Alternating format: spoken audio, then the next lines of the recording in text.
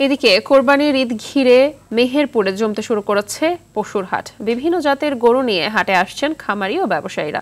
তারা বলছেন, হাটে বিপুল সংখ্যক গরু আসলেও এখনো কাঙ্ক্ষিত ক্রেতার দেখা মিলছে না। নিরাপদে গরু কেনাবেচার সর্বোচ্চ সহযোগিতার আশ্বাস জেলা প্রাণী সম্পদ বিভাগের। মেহেরপুর থেকে মাজিদুল হক মানিকের পাঠানো তথ্যচিত্রে বিস্তারিত জানাচ্ছেন আব্দুল হামিদ। ঈদুল আজহার বাকি আর মাত্র কিছুদিন।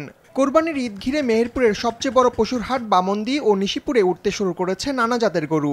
প্রতিদিন নতুন নতুন গরু আনছেন মৌসুমী ব্যাপারী ও স্থানীয় খামারিরা। গত বছর এ সময় ক্রেতাদের হাঁকডাকে মুখর ছিল হাট এলাকা। তবে এবারের চিত্র ভিন্ন। হাটে দেখা মিলছে না ক্রেতার। ঢাকা ও চট্টগ্রামের ব্যাপারীরা না আসায় স্থানীয় ব্যাপারীদের কাছে স্বল্প লাভে গরু বিক্রি করতে হচ্ছে খামারিদের। বাজারে কোনো বেচা কেনা নেই, দাম বলছে কম। গত বছরও 1,70,75,000 টাকার মধ্যে নিয়েছি, এগুলা 2,70,000 মতো দাম চাচ্ছে। এটা ভূমিকা নেবে যাতে আমরা নিরাপদে যাইতে পারবো, যাই গরু টরু বেচা কেনাকে চলে আসতে পারবো।